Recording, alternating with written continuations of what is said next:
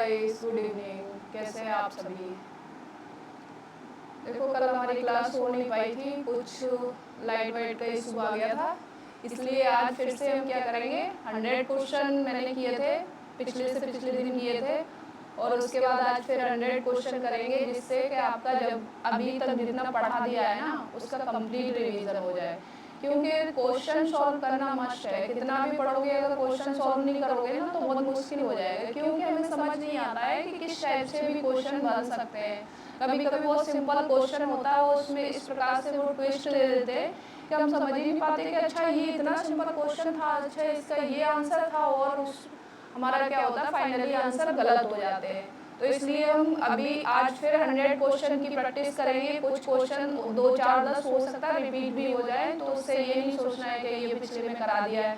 क्योंकि जितनी बार question solve करोगे उतना वो क्या होगा ना, आपका कॉन्सेप्ट क्लियर होता चला जाएगा। और आप क्या किया करो ना कि क्वेश्चन अगर जो गलत हो गए, उस कॉन्सेप्ट को जाके दोबारा से फिर पढ़ो, तो उससे क्या होगा ना कि आपके कॉन्सेप्ट एकदम क्लियर होते चले जाएंगे। क्योंकि क्वेश्चन देखने के बाद ही हमें पता चलता है कि अच्छा इसमें क्या कमी रह गई थी, क्यों हमारा क्वेश्चन गलत हुआ है। जो क्यों का आंसर होता है वो क्वेश्चन सॉल्व करने के बाद ही हमें पता चलता है।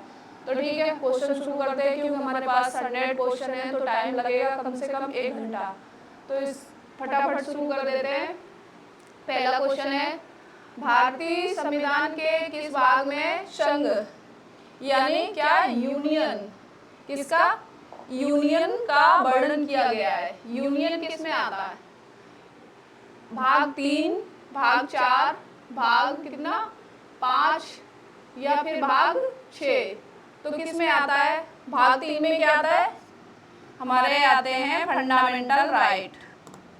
भाग 4 में क्या आते हैं? डीपीएसपी। क्या आते हैं? डीपीएसपी। और भाग 6 में क्या है? स्टेट के बारे में दिया गया है, तो इसमें क्या था? भाग 3। सी विल बी राइट आंसर। अगले क्वेश्चन पे चलते हैं। भारत के राष्ट्रपति का निर्वाचन एक निर्वाचक मंडल द्वारा होता है। मतलब किसके द्वारा होता है? एक निर्वाचक मंडल के द्वारा होता है, जिसमें शामिल होते हैं कौन कौन होते हैं? संसद के सभी सदस्य।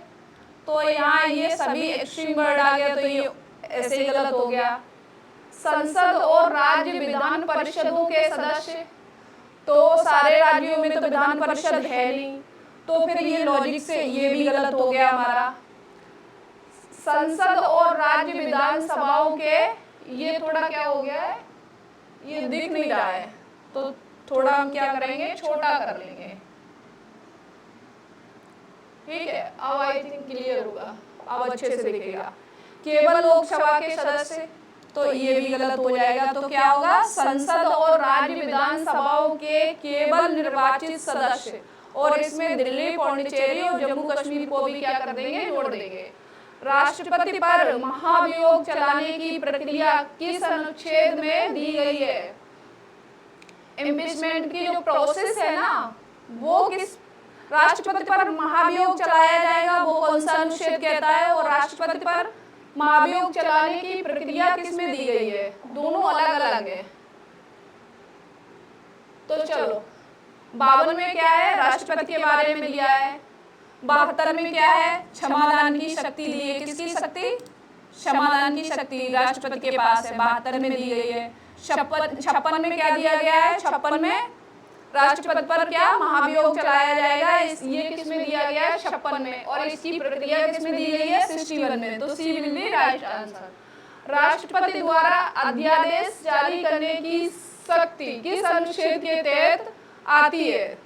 राष्ट्रपति जो अध्यादेश लाते हैं यानी कि ऑर्डिनेंस लाते हैं, कब? जब राज्यसभा और लोकसभा दोनों सदनों में से कोई भी सदन सत्र में नहीं होता है और कोई आपातकालीन बिल लाना है। जैसे अभी असम में क्या बाढ़ आई हुई है, उसके लिए हमें जरूरत है, फंड की जरूरत है, तो हम क्या करेंगे, उसके लिए कोई आपातकाल बैठक बुलाएंगे और उसमें क्या करेंगे कि राष्ट्रपति एक अध्यादेश जारी करेंगे। उसके लिए कुछ कानून बनाना होगा, क्योंकि अभी तो चल रहा है कि सत्र अगर नहीं चल रहा होता तो क्या करते हम, अध्यादेश लाके। तो अध्यादेश कौन से आर्टिकल में लाया जाएगा?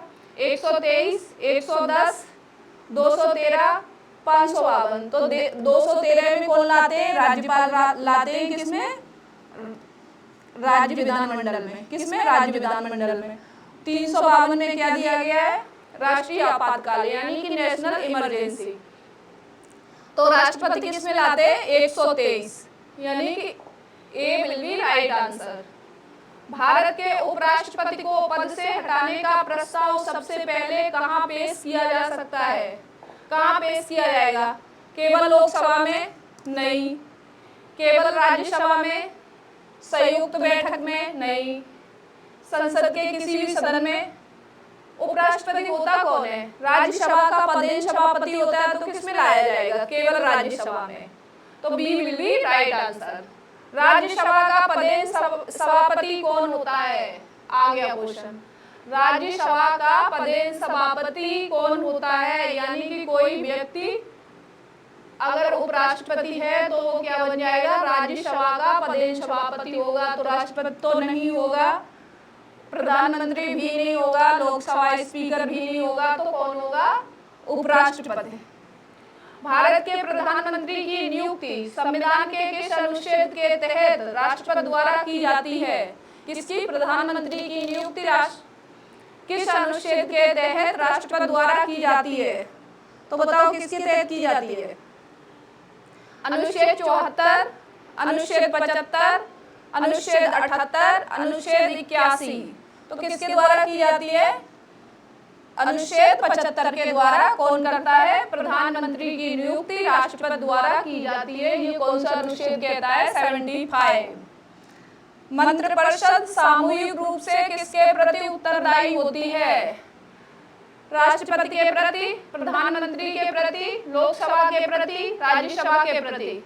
तो किसके प्रति होती है? लोकसभा के प्रति क्या होती है? मंत्रिपरिषद सामूहिक रूप से उत्तरदायी होती है। ये पहले आ चुका है क्वेश्चन। तो ये PYQ है। मोस्टली सारे क्वेश्चन PYQ है। तो आपको ये नहीं समझना है कि इसमें कुछ अपने से बना के रख दिया, नहीं। ये एग्जामिनर की भाषा है हमारे लिए। भारत का महान्यायवादी अटॉर्नी जनरल किस अनुच्छेद के तहत नियुक्त किया जाता है? अनुच्छेद 76, 280, 148 और 315। तो 280 में क्या दिया गया है? फाइनेंस कमीशन यानी कि वित्त आयोग के बारे में दिया गया है। किसके बारे में? वित्त आयोग के बारे में। किसमें? 280 में। और 148 में किसके बारे में दिया गया है? CAG के बारे में दिया गया है। तो अब बचा इसके बारे में आप बताएंगे।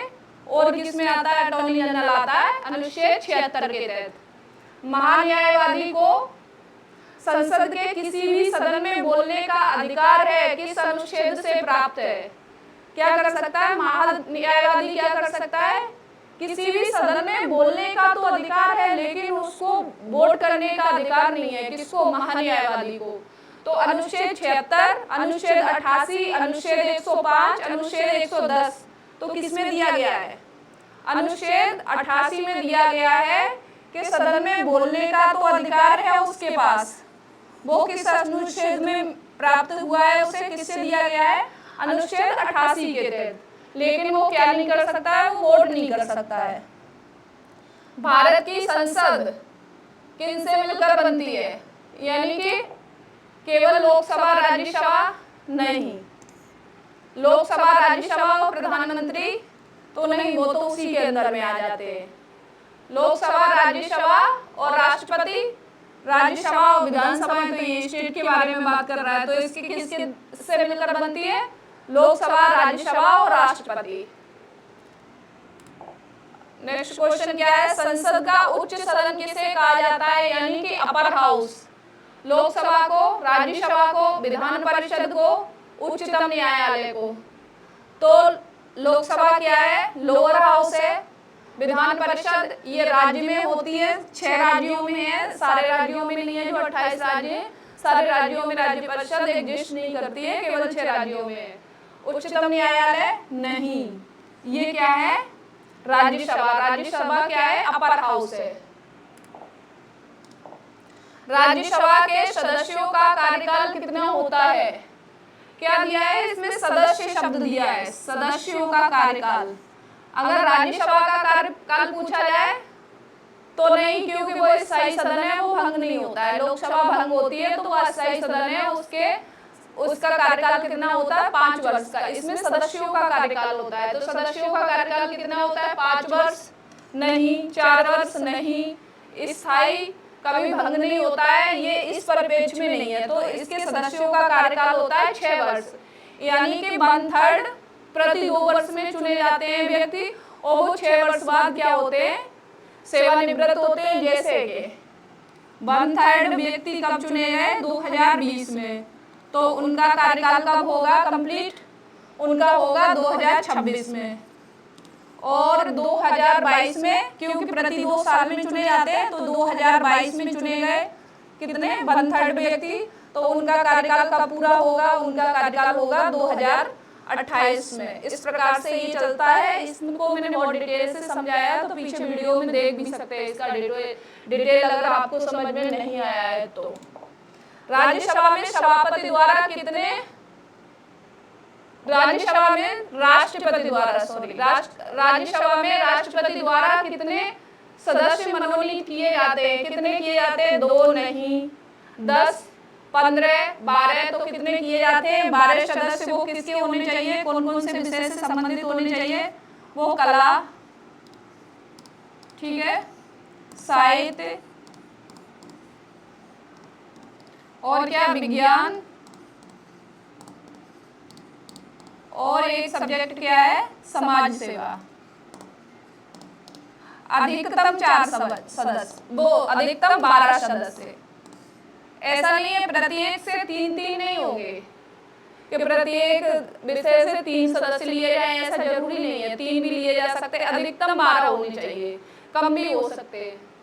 लोकसभा में न्यूनतम आयु सीमा सदस्य बनने के लिए कितनी होनी चाहिए? अगर कोई व्यक्ति लोकसभा का सदस्य यानी कि संसदीय का चुनाव लड़ना चाहता है, तो उसकी आयु कितनी होनी चाहिए, यानी कि उम्र कितनी होनी चाहिए?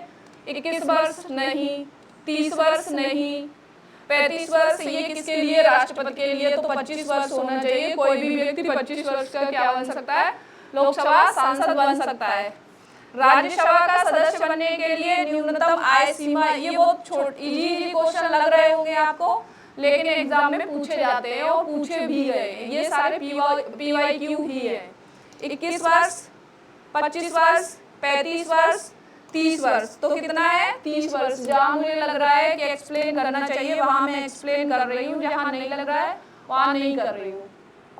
धन विधेयक, मनी बिल की परिभाषा किस अनुच्छेद में दी गई है? अनुच्छेद 108, 110, 112, 117। तो किसमें दी गई है? बताओ, फटाफट आंसर करो। 108 में क्या दिया गया है? संयुक्त बैठक। क्या किसी अगर दोनों सदनों में क्या हो जाता है, जब गतिरोध हो जाता है, तो क्या करते हैं? राष्ट्रपति संयुक्त बैठक बुलाते हैं, और इसकी अध्यक्षता कौन करता है? राष्ट्रपति करते हैं। तो ये 108 के तहत होता है। अब मनी बिल की परिभाषा किसमें दी गई है? आर्टिकल 110 में दी गई है। ये आपको कुछ चीजें तो बिल्कुल रटी होनी चाहिए।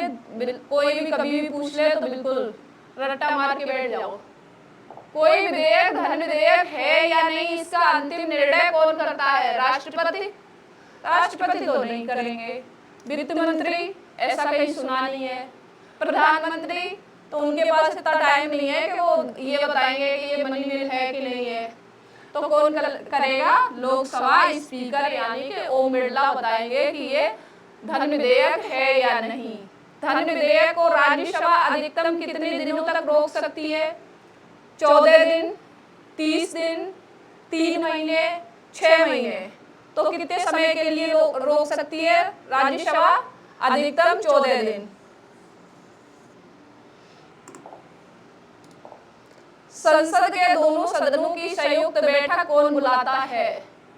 क्या दिया हुआ है?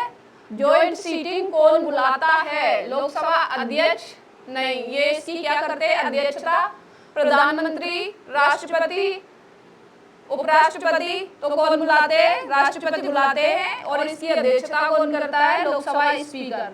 संसद की संयुक्त बैठक की अध्यक्षता, इस क्वेश्चन को भी फ्रेम कर दिया, क्योंकि ऐसे अभी तो लग रहा है कि बहुत आसान है, जब एग्जाम में पूछे जाते हैं तो लगता है कि पता नहीं राष्ट्रपति के लोकसभा अध्यक्ष, राष्ट्रपति के लोकसभा अध्यक्ष, और ऐसे कंफ्यूजन में क्या हो जाता है, हमारे क्वेश्चन गलत हो जाते हैं। तो संसद की संयुक्त बैठक की अध्यक्षता कौन करेगा? ओम बिरला करेंगे, यानी कि लोकसभा स्पीकर करेंगे। संयुक्त बैठक का प्रावधान किस अनुच्छेद में दिया गया है कि संयुक्त बैठक बुलाई जाएगी? अनुच्छेद 108, 110, 123, 112। तो किसमें किया गया है? 108 में। वार्षिक वित्तीय विवरण यानी कि बजट शब्द का उल्लेख नहीं किया गया है हमारे संविधान में। वार्षिक वित्तीय विवरण का उल्लेख किया गया है संविधान के किस अनुच्छेद में किया गया? अनुच्छेद 110, 111, 112, 115। तो कौन से अनुच्छेद में किया गया है? ये किया गया है 112 में।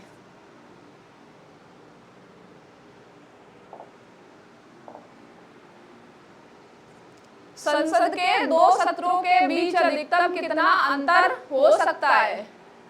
मतलब क्या है कि दो सदनों के बीच में कितना गैप होना चाहिए? अधिकतम उससे ज्यादा नहीं होना चाहिए। कम होगा तो चलेगा, अधिकतम उससे अधिक नहीं होगा। 3 महीने का, 9 महीने का तो नहीं, 3 महीने का नहीं, 9 महीने का नहीं, 1 वर्ष का नहीं, तो कितने का? 6 महीने का। ये भी कई बार क्वेश्चन पूछा है इसमें, स्टेट पीसीएस में। संसद के सत्र को स्थगित, आहूत करने तथा लोकसभा को भंग करने का अधिकार किसे है? यानी कि किसके पास है? प्रधानमंत्री के पास, लोकसभा अध्यक्ष के पास, राष्ट्रपति के पास, गृह मंत्री के पास। तो किसके पास है? ये सारे अधिकार किसके पास है? हमारे राष्ट्रपति महोदय के पास, यानी कि वर्तमान में किसके पास है? मुर्मू जी के पास है। गढ़पूर्ति यानी कि कोरम के लिए संसद के किसी सदन में कुल सदस्यों का कितना भाग उपस्थित होना चाहिए, तब वो क्या होगा? वो कोरम कंप्लीट होगा। 1/5 तो नहीं, 1/3 तो नहीं, 1/2 तो नहीं, तो कितना होना चाहिए? 1/10, यानी कि 1/10 होना चाहिए। कितना होना चाहिए? 1/10 होना चाहिए।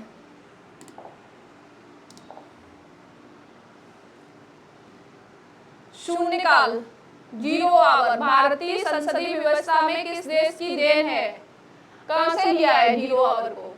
ब्रिटेन से, अमेरिका से, स्विट्जरलैंड से, भारत से। ये स्वयं भारत की ही देन है 0 आवर। प्रश्नकाल के ठीक बाद का समय संसद में क्या कहलाता है? ध्यानाकर्षण प्रस्ताव, शून्यकाल, स्थगन काल, नियम 377। तो क्या कहलाता है? ये कहलाता है शून्यकाल। प्रश्नकाल के ठीक बाद का समय शून्यकाल कहलाता है। प्राक्कलन समिति में कितने सदस्य होते हैं? कौन सी समिति में? प्राक्कलन समिति में 22, 30, 15, 7। तो प्राक्कलन समिति में कितने सदस्य होते हैं? प्राक्कलन समिति में होते हैं 30 सदस्य। और जो किससे होते हैं? केवल लोकसभा के सदस्य होते हैं। किसमें? एस्टीमेट कमेटी में। प्राक्कलन समिति के सभी 30 सदस्य किस सदन से होते हैं?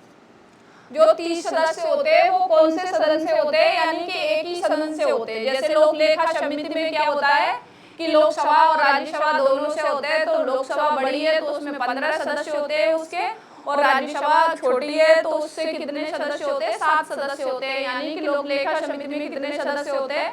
टोटल 22 सदस्य होते हैं। और प्राक्कलन समिति में कितने सदस्य होते हैं? 30 होते हैं। और जो कहाँ से होते हैं? केवल राज्यसभा नहीं, दोनों सदनों से नहीं, तो कहाँ से? राष्ट्रपति द्वारा मनोनीत, तो केवल लोकसभा के सदस्य ही इसमें होते हैं। लोक लेखा समिति में कुल कितने सदस्य होते हैं? ये बता दिया मैंने क्वेश्चन। तो ये कितने होते हैं? 22। कुल 22 होते हैं, लेकिन कितने?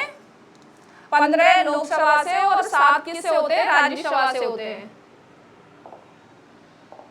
लोक लेखा समिति में 22 सदस्यों में लोकसभा और राज्यसभा के क्रम से कितने सदस्य होते हैं? अब ऐसे भी क्वेश्चन पूछा जा सकता है। तो इसको 15 लोकसभा और 7 राज्यसभा से, 10 लोकसभा और 12 राज्यसभा से, 20 लोकसभा और 2 राज्यसभा से, 12 लोकसभा और 10 राज्यसभा से। इसमें बहुत अगर एग्जाम में आएगा तो ये बड़ा कंफ्यूजन पैदा करेगा, तो इसको रट्टा मान लो कि 15 लोकसभा से और कितने 7 किससे? राज्यसभा से। तो 15 का आधा 7.5 यानी कि 7 किससे होंगे? वो होंगे राज्यसभा से। लोक लेखा समिति का अध्यक्ष सामान्यतः कौन होता है? लोक लेखा समिति का अध्यक्ष कौन होता है? सत्तारूढ़ दल का नेता, विपक्ष का नेता, वित्त मंत्री, लोकसभा का उपाध्यक्ष। तो कौन होता है? ये विपक्ष का नेता होता है। कौन होता है? विपक्ष का नेता।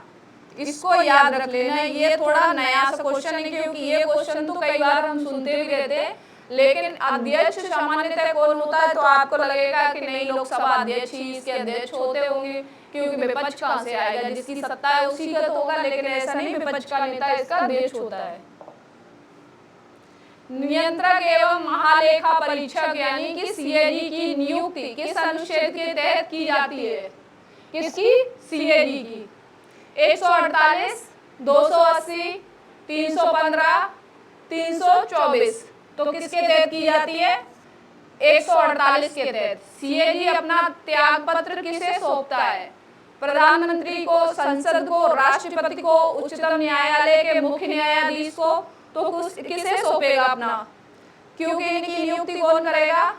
हालांकि इनका 148 में दिया गया है इसका वर्णन, लेकिन ये अपना किसको त्याग पत्र देंगे? राष्ट्रपति को।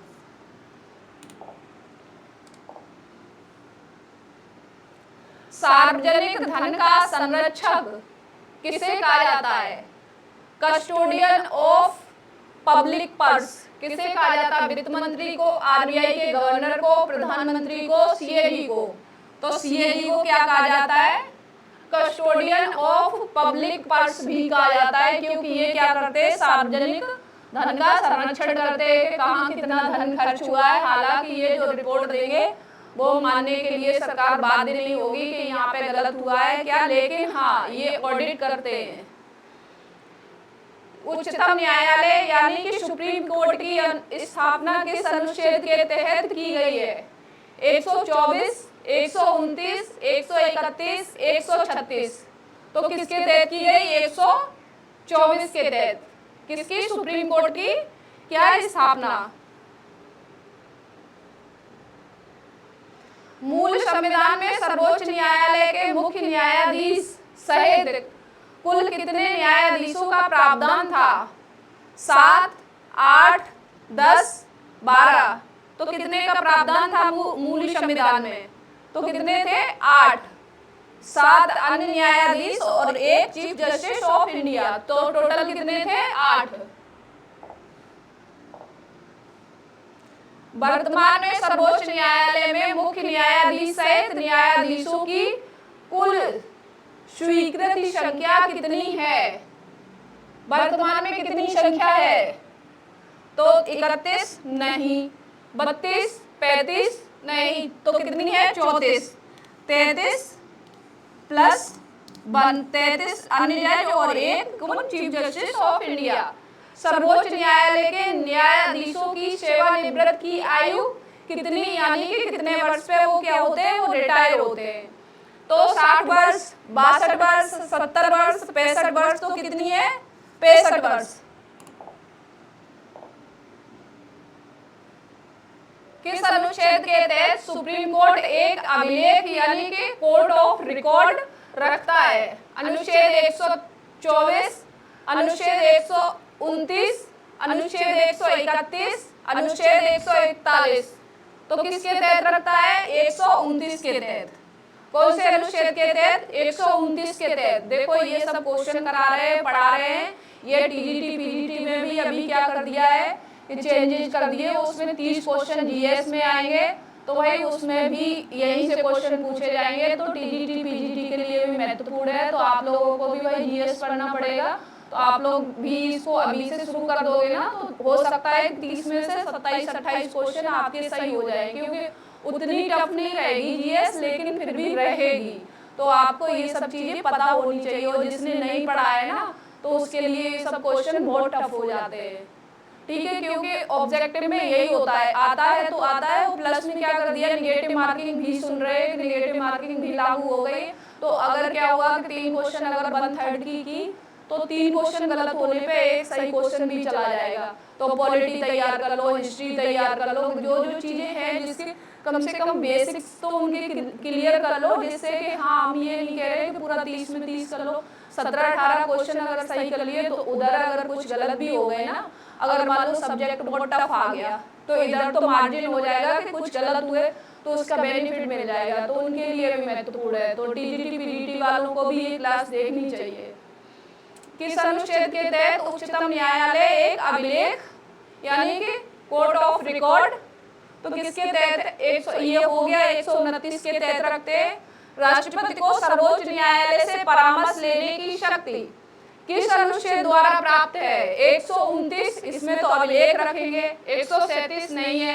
148 में किसके बारे में दिया गया है? सीएजी के बारे में दिया गया है। तो कौन सा है? 143। 143 क्या कहता है कि राष्ट्रपति सार्वजनिक मामले में सुप्रीम कोर्ट से यानी कि सुप्रीम कोर्ट के जज साहब से क्या कर सकते हैं? सलाह ले सकते हैं। सलाह देने के लिए भी बाध्य नहीं है और राष्ट्रपति मानने के लिए भी बाध्य नहीं है, लेकिन सलाह ले सकते हैं। इसका किसमें? अनुच्छेद 143 में इसका वर्णन दिया गया है, यानी कि संविधान में दिया गया है। न्यायिक पुनरावलोकन का सिद्धांत यानी कि जुडिशियल रिव्यू का सिद्धांत भारत ने किस देश से लिया है? ब्रिटेन से, कनाडा से, ऑस्ट्रेलिया से, अमेरिका से। तो कहाँ से लिया है? अमेरिका से। अमेरिका से और क्या क्या लिया है ये भी बता दो आप। अमेरिका से हमने फंडामेंटल राइट लिए, प्रस्तावना का विचार लिया है कि कहाँ से? अमेरिका से। और क्या लिया है? ये एक तीसरी चीज और मिल गई कि जुडिशियल रिव्यू हमने कहाँ से लिया है? वो अमेरिका से लिया है। ऑस्ट्रेलिया से क्या लिया है? ब्रिटेन से क्या लिया है ये भी बता दो आप, कमेंट बॉक्स में लिख देना। संविधान सभा के भाग 6 में किसका उल्लेख है? संघ का। तो संघ का उल्लेख किसमें है? भाग 5 में है। किसमें है? भाग 5 में। पंचायत के बारे में किसमें दिया गया है? भाग 9 में। किसमें? भाग 9 में। तो राज्य या संघ राज्य क्षेत्र किसमें दिया गया है? बताओ आप क्लियर करो। तो राज्य भाग 6 में किसका उल्लेख किया गया है? राज्य का उल्लेख किया गया है। राज्य की कार्यपालिका का संवैधानिक प्रमुख कौन होता है? किसकी? स्टेट की कार्यपालिका का। मुख्यमंत्री, राज्यपाल, उच्च न्यायालय का मुख्य न्यायाधीश, विधानसभा अध्यक्ष। तो कार्यपालिका का कौन? संवैधानिक प्रमुख। संवैधानिक प्रमुख कौन होता है? उसमें कौन होता है? केंद्र में राष्ट्रपति होते हैं, तो वैसे राज्य में कौन होगा? राज्यपाल होगा। और वास्तविक प्रमुख कौन होगा? सीएम होगा। राज्यपाल की नियुक्ति किसके द्वारा की जाती है? मुख्यमंत्री के द्वारा नहीं, प्रधानमंत्री के द्वारा नहीं, राष्ट्रपति द्वारा हाँ की जाती है। भारत के मुख्य न्यायाधीश तो नहीं, राष्ट्रपति द्वारा की जाती है। राज्यपाल पद के लिए न्यूनतम आयु सीमा कितनी होनी चाहिए? यानी कि कोई व्यक्ति कितने साल का है तो वो क्या बन सकता है? राज्यपाल। 25 वर्ष का तो नहीं होगा, ज्यादा यंग नहीं हो जाएगा। कोई सुना है 25 वर्ष का कोई व्यक्ति राज्यपाल बन गया? मैंने तो नहीं सुना। 30 वर्ष, 35 वर्ष, 21 वर्ष, तो कितना होगा? तो होगा ये 35 वर्ष। 35 वर्ष और किसकी है? राष्ट्रपति की है। और किसकी है? उपराष्ट्रपति की और राज्यपाल की। तीनों की कितनी आयु रखी गई है? न्यूनतम आयु, अधिकतम पता नहीं, 100-200 साल, जितने साल वो जिएंगे उतने साल का व्यक्ति भी क्या बन सकता है? राज्यपाल, उपराष्ट्रपति और राष्ट्रपति बन सकते हैं, क्योंकि न्यूनतम दी गई है। राज्यपाल को पद एवं गोपनीयता की शपथ कौन दिलाता है? राष्ट्रपति, राज्य के उच्च न्यायालय का मुख्य न्यायाधीश, मुख्यमंत्री और कौन? निवर्तमान राज्यपाल। तो कौन दिलाएगा? ये बहुत ट्रिकी क्वेश्चन है। तो ये सोचो ऐसे जैसे केंद्र में कौन होता है? राष्ट्रपति होता है, तो उसको कौन दिलाते हैं? चीफ जस्टिस ऑफ इंडिया दिलाते हैं। तो राज्यपाल क्या, राज्य का प्रमुख होता है, तो इसको कौन दिलाएंगे, इसको राज्य के उच्च न्यायालय का मुख्य न्यायाधीश, हाई कोर्ट के जो मुख्य न्यायाधीश होंगे वो क्या करेंगे, राज्यपाल को क्या दिलाएंगे, शपथ दिलाएंगे। राज्यपाल अध्यादेश किस अनुच्छेद के तहत जारी करते हैं, 123, 213, 161 और कौन सा अनुच्छेद 200, तो 213 के तहत क्या करते हैं, अध्यादेश जारी करते हैं। 123 के तहत कौन करते हैं अध्यादेश जारी, राष्ट्रपति करते हैं। किसी राज्य में विधान परिषद के सृजन और समाप्ति की प्रक्रिया किस अनुच्छेद में दी गई है, क्या दिया गया है, विधान परिषद का सृजन या समाप्ति की प्रक्रिया किस अनुच्छेद में दी गई है, तो बताओ किसमें दी गई है, अनुच्छेद 168, 169, 170, 171। कभी कभी इतने करीब करीब जब आंसर दे देते हैं तो बड़ा मुश्किल होता है, जब तक आपको एग्जैक्ट आंसर नहीं पता है ना, आर्टिकल नहीं पता है, तब तक आप उस क्वेश्चन को सही नहीं कर सकते। तो कितना है, 169। वर्तमान में भारत के कितने राज्यों में द्विसदनी विधायिका है, कितने राज्यों में, केवल 5, 6, 7, 8, तो कितने में है, 6 राज्यों में है, क्या है, विधान परिषद है, बाकी सभी में नहीं है।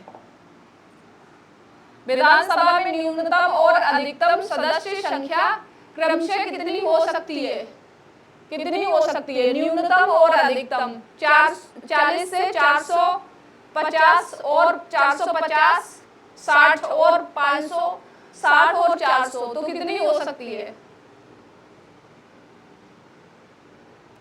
तो ये कितनी हो सकती है, 60 और 500। इसमें कुछ अपवाद भी दिए गए हैं, किसी किसी राज्य में 60 नहीं है, 40 भी है और उससे भी कम है, तो ये अपवाद स्वरूप भी चीजें कुछ दी है। हमारे संविधान में ऐसा नहीं है कि यहाँ इतनी लिख दी तो बाद में इतनी दी हुई है तो ये गलत हो गया, ऐसा नहीं है। राज्य का सर्वोच्च कानून अधिकारी कौन होता है, महान्यायवादी, महाधिवक्ता, विधि सचिव और मुख्य न्यायाधीश, तो कौन होता है, एडवोकेट जनरल यानी कि महाधिवक्ता। केंद्र में कौन होता है, महान्यायवादी, वैसे ही राज्य में कौन होता है, महाधिवक्ता। राज्य के महाधिवक्ता की नियुक्ति किस अनुच्छेद के तहत होती है, अनुच्छेद 165, अनुच्छेद 176, अनुच्छेद 168, अनुच्छेद 194, तो कौन से अनुच्छेद के तहत होती है, अनुच्छेद 165। कौन सा अनुच्छेद, 165। उच्चतम न्यायालय के न्यायाधीशों की सेवानिवृत्ति की आयु सीमा क्या है, मतलब हाई कोर्ट के कोई जज साहब हैं वो कितनी साल में रिटायर करेंगे, वो कितनी एज दी गई है, तो 60 वर्ष, 62 वर्ष, 65 वर्ष, 70 वर्ष, तो कितनी है, 62 वर्ष। और सुप्रीम कोर्ट के लिए कितनी है, 65 वर्ष। ये कुछ एकदम महत्वपूर्ण चीजें मैं बता रही हूँ, इनको बहुत रट्टा मार लो। मूल अधिकारों के प्रवर्तन के लिए उच्च न्यायालय किस अनुच्छेद के तहत, किसकी बात हो रही है, उच्च न्यायालय किस अनुच्छेद के तहत रिट जारी कर सकता है, उच्चतम नहीं, उच्च न्यायालय की बात हो रही है। 32 के तहत, अनुच्छेद 226 के तहत, 227 के तहत ये तो नहीं होगा, 136 के तहत, तो इसके तहत कौन करता है, सुप्रीम कोर्ट करता है। कौन करता है, सुप्रीम कोर्ट। और 232 के तहत कौन करता है, हाई कोर्ट। तो इसमें क्या हो जाएगा, हाई कोर्ट आंसर सही हो जाएगा। संविधान के किस भाग में पंचायती राज व्यवस्था का वर्णन किया गया है, यानी कि पंचायत का वर्णन किस भाग में किया गया है, भाग 8 में, भाग 9 में, भाग 9A में, भाग 10 में, तो किस में दिया गया है, भाग 9 में। 9A में क्या है, न्यायपालिका है। 9B में क्या दिया गया है, सहकारिता दिया गया है। 73वां संविधान संशोधन किस वर्ष लागू हुआ था और किससे संबंधित है, किस वर्ष लागू हुआ था, 1992 में पंचायती राज से 1993 नगर पालिका से, 1976 मूल कर्तव्य से, 1978 संपत्ति का अधिकार। तो 73वां संविधान किससे संबंधित है? पंचायती राज से। संविधान की 11वीं अनुसूची में पंचायतों के कार्य के लिए कितने विषय दिए गए हैं? कौन सी सूची में? 11वीं अनुसूची में।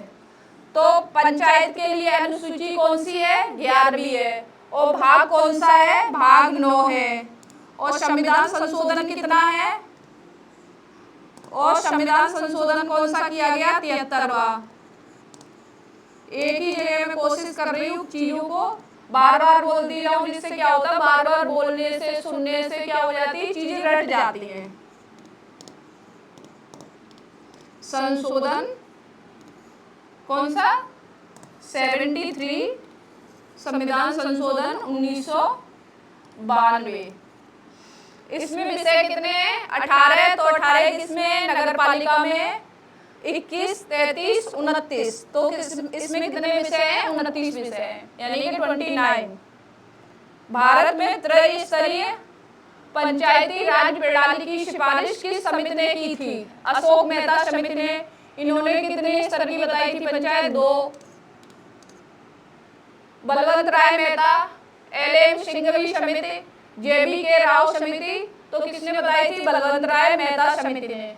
ये सारी समितियों, कौन सी समिति किस ईयर में आई थी, ये भी एग्जाम में पूछा जाता है। तो ये सब मैंने पंचायत वाला जो टॉपिक पढ़ाया है उसमें सारा डिटेल समझाया है। तो यहाँ में डिटेल जहाँ लग रहा है बता देना चाहिए वहाँ बता रही हूँ, क्योंकि सारा बताऊंगी तो फिर इसका कोई मतलब नहीं रहेगा, फिर तो पूरा रिवीजन कराना हो जाएगा। नगर पालिकाओं से संबंधित भाग 9A किस संविधान संशोधन द्वारा जोड़ा गया? 73वां में क्या जोड़ा गया? पंचायत। 86वें में क्या जोड़ा गया? शिक्षा का अधिकार। किसका अधिकार? शिक्षा का अधिकार, यानी कि राइट टू एजुकेशन। किस में जोड़ा गया? 21A। 21A एक स्वतंत्र आर्टिकल है। इसमें क्या कहा गया? 6 से 14 वर्ष के बच्चों को क्या दिया जाए? निःशुल्क और कैसी? अनिवार्य शिक्षा दी जाए। कैसी? निःशुल्क और अनिवार्य शिक्षा।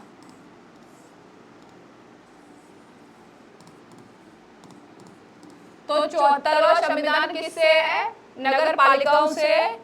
और इसमें विषय कितने हैं? 18 विषय के बारे में वर्णन किया गया है। 44वां क्या कहता है? 44वें संविधान संशोधन में क्या किया गया था? जो संपत्ति का अधिकार था हमारा, क्या था? मौलिक अधिकार था, उसको कहाँ रख दिया गया है? 300A में रख दिया गया है। किसके अधिकार को? 300A में। किसके? संपत्ति का अधिकार। ये कब लाया गया था? ये 44वें संविधान संशोधन द्वारा लाया गया। और जो क्या है, इमरजेंसी में जो शब्द दिया गया है ना, पहले क्या था? सशस्त्र विद्रोह, अब क्या कर दिया? आंतरिक सशस्त्र। 2 शब्दों का जो वो था ना, अब उसको चेंज किया गया था। वो भी किसमें किया गया था? 44वें संविधान संशोधन द्वारा ही किया गया था। और क्या किया गया था 44वें संविधान संशोधन? कि मंत्रिमंडल क्या इमरजेंसी लगाने के लिए क्या करना होगा? मंत्रिमंडल लिखित में देगी हाँ सच में ऐसा कुछ बाह्य आक्रमण हुआ है या युद्ध हुआ है या फिर क्या है सशस्त्र विद्रोह हुआ है कि कुछ डिस्टर्बेंस चल रहा है, तो उसकी वजह से क्या इमरजेंसी लगा देनी चाहिए। तो क्या किसको करना पड़ेगा? मंत्रिपरिषद को लिखित में देना पड़ेगा। तो ये सब किसमें? 44वां संविधान संशोधन। संविधान की 12वीं अनुसूची में नगर पालिकाओं के लिए कितने विषय निर्दिष्ट है? तो 18। तो ये पहले में आंसर मिल गया। 29 ये किसमें? पंचायत में। ये 12 क्या? 12 व्यक्ति क्या करते हैं? मनोनीत करते हैं। किसमें? राज्यसभा में कौन करते हैं? राष्ट्रपति। 25 का कुछ नहीं है। 25 मतलब 25 साल किसके लिए उम्र है? लोकसभा सांसद के लिए। संघ राज्य क्षेत्रों यूटीज का प्रशासन संविधान के किस भाग के अंतर्गत आता है? भाग 7, भाग 8, भाग 9, भाग 10। भाग 9 में क्या है? पंचायत के बारे में दिया गया है। और संघ के बारे में कितने में दिया गया है? भाग 6 में दिया गया है। सॉरी नहीं, ये भाग 6 तो है ही, तो हम 6 को क्यों बता रहे? फालतू में आप कंफ्यूज हो जाएंगे। तो भाग 8 में दिया गया है किसके बारे में? ये राज्य के बारे में दिया गया है भाग 7 में। और नहीं सॉरी भाग 7 में नहीं दिया गया है। भाग 8 में किसके यूटीज के बारे में दिया गया है। भाग 7 तो क्या कर दिया गया है, निरस्त कर दिया गया है। भाग 5 में केंद्र के बारे में दिया गया है, 6 में राज्य के बारे में दिया गया है, और संघ राज्य क्षेत्रों के बारे में किसमें दिया गया है, भाग 8 में दिया गया है।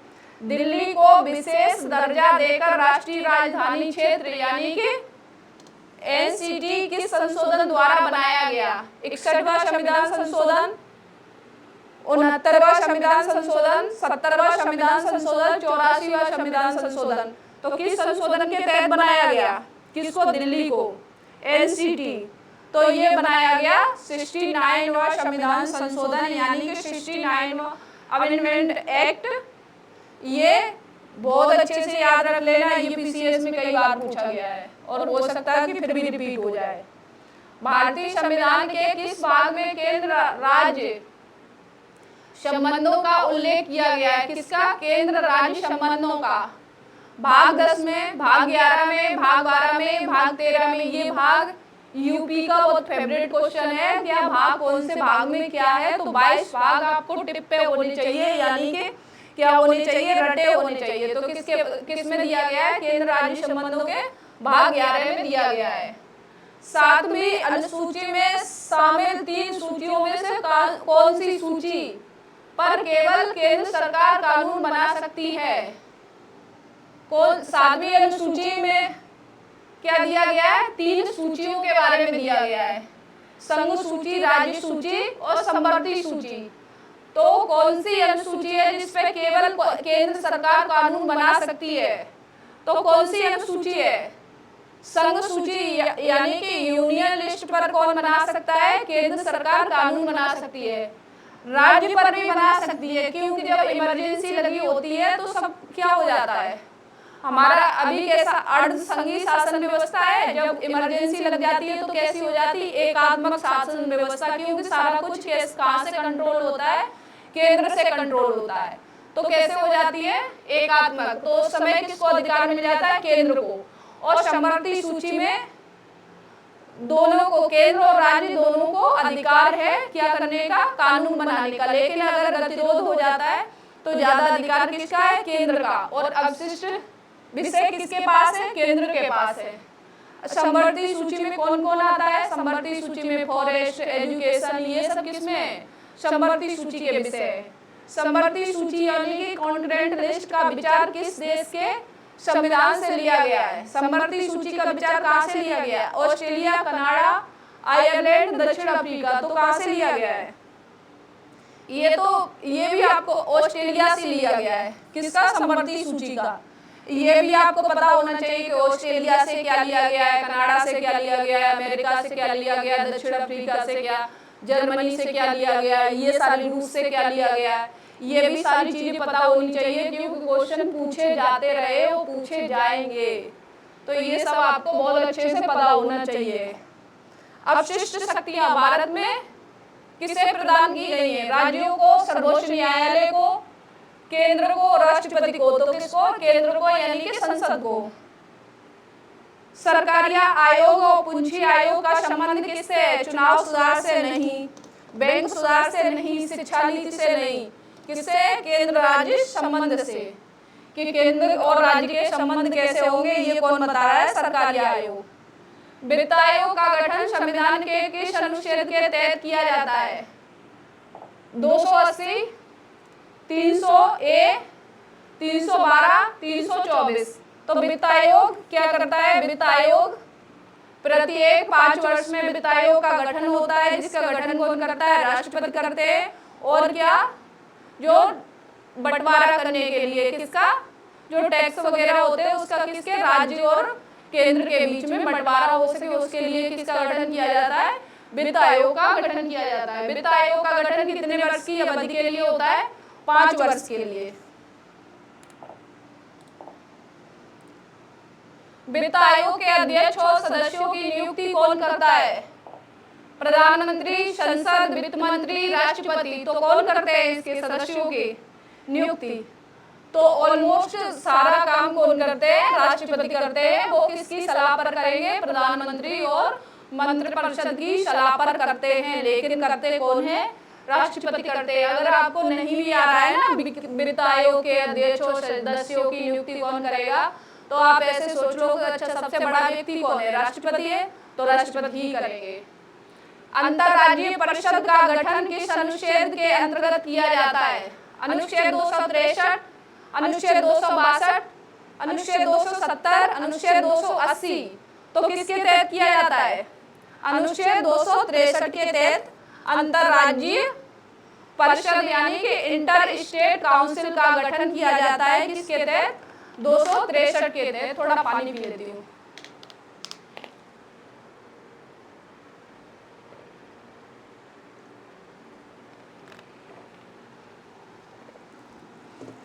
चलिए अब नेक्स्ट क्वेश्चन क्या है? 73 क्वेश्चन हमारे हो गए। आज हम 100 क्वेश्चन करेंगे।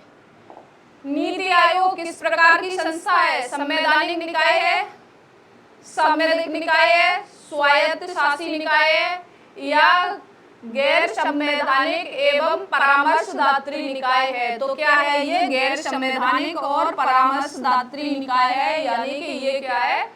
Think tank. और ये कैसे काम करता है? Bottom to top. और योजना आयोग कैसे करता था काम? Top to bottom. निर्वाचन आयोग का उल्लेख किस भाग और किस अनुच्छेद में किया गया है? किसका? इलेक्शन कमीशन का।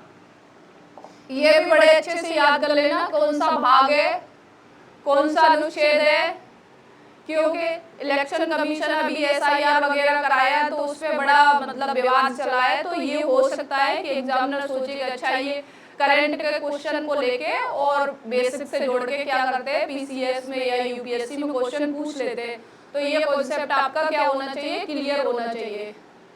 तो क्या भाग 14 अनुच्छेद 315, भाग 15 अनुच्छेद 324, भाग 16 अनुच्छेद 330, भाग 17 अनुच्छेद 343। तो किसमें करता है?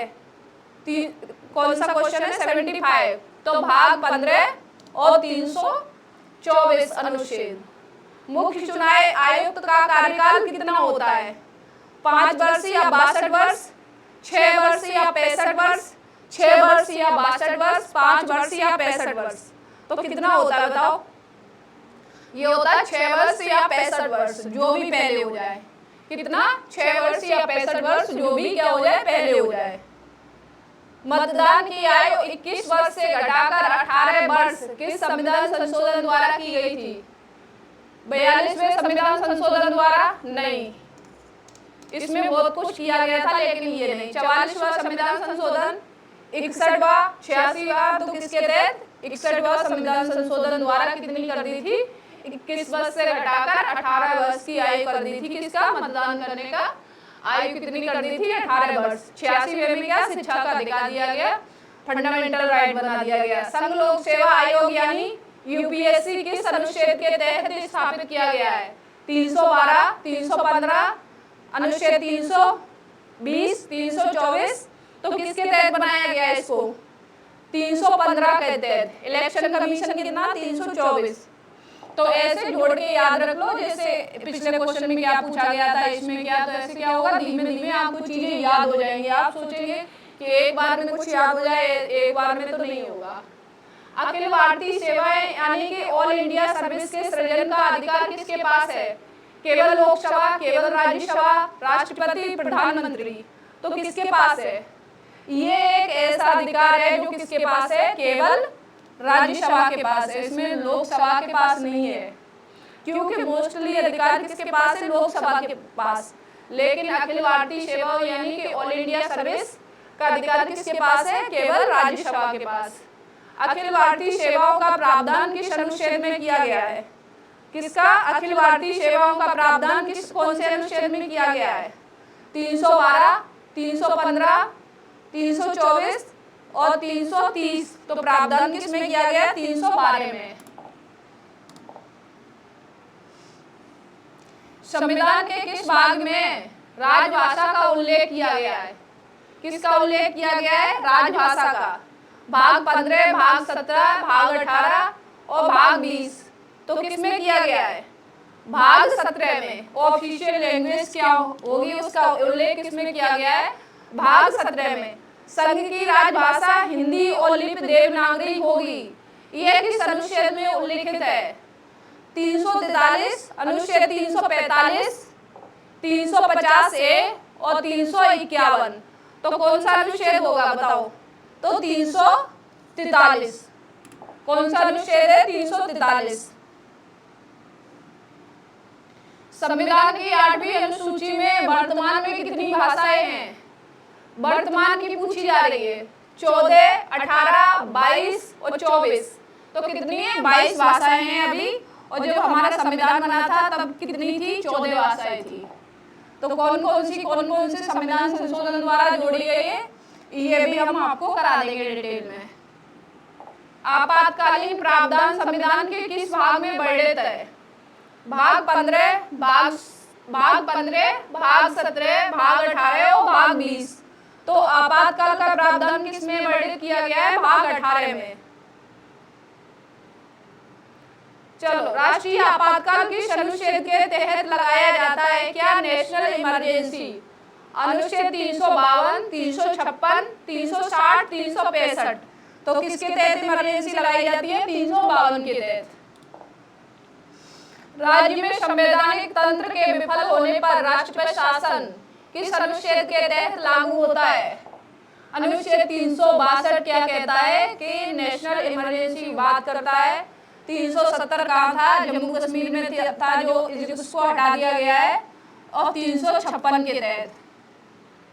और 360 में क्या है? वित्तीय आपातकाल। ये क्वेश्चन आ गया। वित्तीय आपातकाल का उल्लेख किस अनुच्छेद में किया गया है? 352 में नेशनल इमरजेंसी है। 356 में क्या है? राष्ट्रपति शासन है। और 360 में क्या है? वित्तीय आपातकाल, जो अभी तक लगा नहीं है और ऐसा हो कि कभी लगे भी नहीं। भारत में अब तक कितनी बार वित्तीय आपातकाल घोषित किया जा चुका है? 1 बार नहीं, 3 बार नहीं, 2 बार नहीं, तो 1 भी बार नहीं अभी तक लगाया गया है। जबकि क्राइसिस आए लेकिन वित्तीय आपातकाल लगने की नौबत नहीं आई अभी तक। संविधान संशोधन की प्रक्रिया किस भाग और अनुच्छेद में वर्णित है? भाग 18 और 356, भाग 20 अनुच्छेद 368, भाग 21 अनुच्छेद 370, भाग 15 अनुच्छेद 324। तो संविधान संशोधन की प्रक्रिया किसमें है? भाग 20 और अनुच्छेद 368 में क्या दिया गया है? संविधान संशोधन की प्रक्रिया।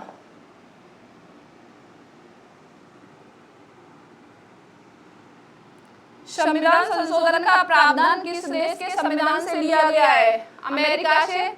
अमेरिका से तो नहीं लिया गया है। रूस से क्या लिया गया है? फंडामेंटल ड्यूटीज यानी कि मौलिक कर्तव्य।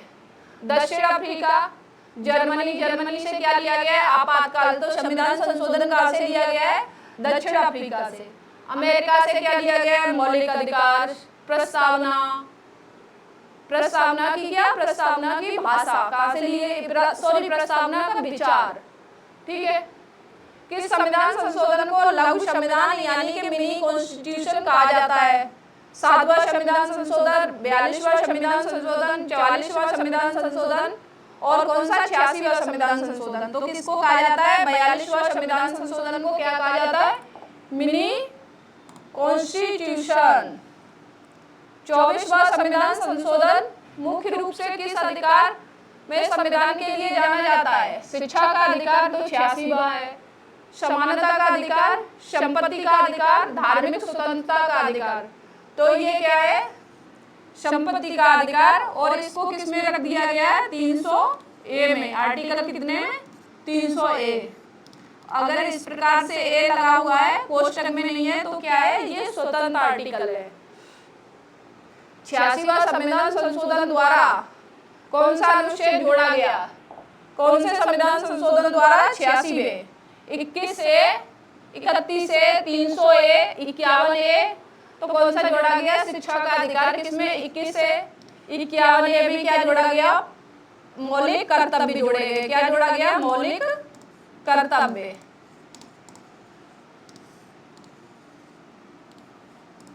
इनको कहां से लिया गया है? रूस से लिया गया। और समिति कौन सी थी? स्वर्ण सिंह समिति। और 31 से क्या है? 300A में संपत्ति का अधिकार है।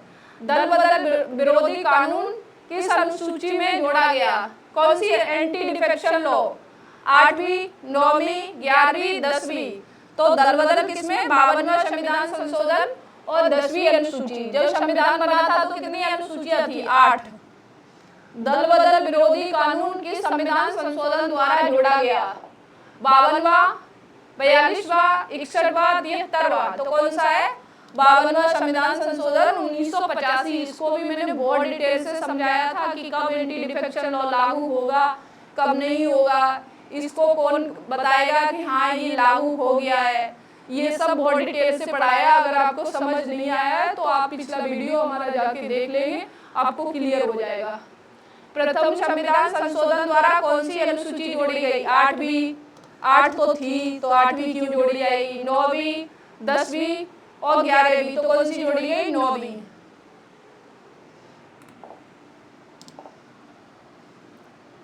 राष्ट्रीय मानवाधिकार आयोग कैसा निकाय है? संवैधानिक, स्टैट्यूटरी यानी कि सांविधिक, गैर संवैधानिक, कार्यपालिक आदेश। तो क्या है? गैर संवैधानिक निकाय है। क्या है? राष्ट्रीय मानवाधिकार आयोग। ये भी कौन क्या है? संवैधानिक निकाय है, कौन गैर संवैधानिक है, कौन सांविधिक निकाय है। ये भी सब मैंने सारे निकाय के बारे में पढ़ाया है, तो वो भी आप वीडियो देख सकते हैं। केंद्रीय सूचना आयोग CIC की स्थापना किस वर्ष हुई थी? 2002 में, 2005 में, 2010 में, 2014 में। तो किसमें हुई थी? 2005 में। और 2010 में क्या हुआ था? नेशनल ग्रीन ट्रिब्यूनल यानी कि NGT की स्थापना की थी। राष्ट्रीय लोकपाल एवं लोकायुक्त अधिनियम किस वर्ष पारित हुआ? 2011 में, 2013 में, 2015 में, 2019 में। तो 2012 में, क्योंकि अन्ना आंदोलन जो हुआ था वो किसके बारे में? लोकपाल के लिए तो हुआ था, तो उसके बाद ही इसको लाया गया था, तो 2013 में। भारत के पहले लोकपाल कौन नियुक्त किए गए? Justice PC Ghosh, justice SJ Kania, justice NV Ramana, justice Ranjan Gogoi. तो कौन थे? क्या प्रथम लोकपाल को नियुक्त किए गए थे? अब हो सकता है ये नहीं पूछा जाए क्वेश्चन, क्योंकि ये क्वेश्चन हो गया है पुराना, करंट में था तो उस समय पूछा भी गया था। तो आज हमने 100 क्वेश्चन क्या कर लिए? कंप्लीट कर लिए। आप बता सकते हैं कि आपके कितने क्वेश्चन सही हुए, और अगर आप किसी क्वेश्चन में डाउट है तो कमेंट बॉक्स में लिख सकते हैं, पूछ सकते हैं, और आप लोग बताइए कि आपके क्वेश्चन कितने सही हुए। क्योंकि मैंने कोशिश की है कि अभी तक जितना पढ़ाया है उससे सारे टॉपिक से क्या करें, कंबाइंड वे में क्या करें कि क्वेश्चन को उठाएं और आपको सॉल्व कराएं। क्योंकि अभी मैं इजी क्वेश्चन ले रही हूँ, अगर टफ क्वेश्चन ले लूंगी ना तो आप क्या होगा? आप डिमोरलाइज हो जाओगे, आपको लगेगा कि अरे मुझसे तो बन ही नहीं रहे। तो पहले आप इजी क्वेश्चन सॉल्व करना जब सीख जाओगे ना, कॉन्फिडेंस आ जाएगा कि हाँ नहीं हम कर सकते हैं। तो उसके बाद आप टफ क्वेश्चन भी लोगे तो वो भी बहुत ईजिली सॉल्व कर सकते हो। क्योंकि पहले तो क्वेश्चन को समझना आना चाहिए। आपने एक बार वीडियो देखी, आपने मान लो ये 100 में से अगर 50 भी क्वेश्चन सही कर लिए, तभी आपको लगेगा कि अच्छा 50% तो मुझे समझ आ गया। एक बार और वीडियो देखोगे, फिर क्या होगा? उसका और 20% समझ में आएगा। फिर क्वेश्चन आप देखना, फिर सही करोगे। ऐसे धीरे धीरे क्या होगा? ऑलमोस्ट आपका सिलेबस कंप्लीट हो जाएगा। क्योंकि अभी टाइम है एग्जाम में। अगर TGT PGT का भी दे रहे हैं ना, तो दिसंबर में वो भी एग्जाम होगा। तो PCS है, UP PCS है, और क्या है? TGT PGT है UP का। तो इसके लिए क्या होगा? आपका GS धीरे धीरे आपको कंप्लीट हो जाएगा। आपको अलग से मेहनत करने की जरूरत नहीं पड़ेगी। अगर आप चाहते हैं तो बहुत सारे पेड कोर्स भी चल रहे हैं। जब फ्री में आपको चीजें मिल रही है तो पेड कोर्स में जाने की क्या जरूरत है? वो तो बना देते हैं, बस इस वीडियो को क्या करते हैं, एक बार लाइव दे देंगे, फिर उसको रिकॉर्डेड दे देंगे, 3-3 4-4 बार वही चीजें रिपीट करते रहते हैं, नया कुछ ऐड नहीं करते हैं। तो आप देख लो, जब फ्री में चीजें मिल रही हैं तो फिर पेड में हमें लगता है जाने की कोई जरूरत नहीं होगी। तो आज के लिए इतना ही। बहुत बहुत धन्यवाद।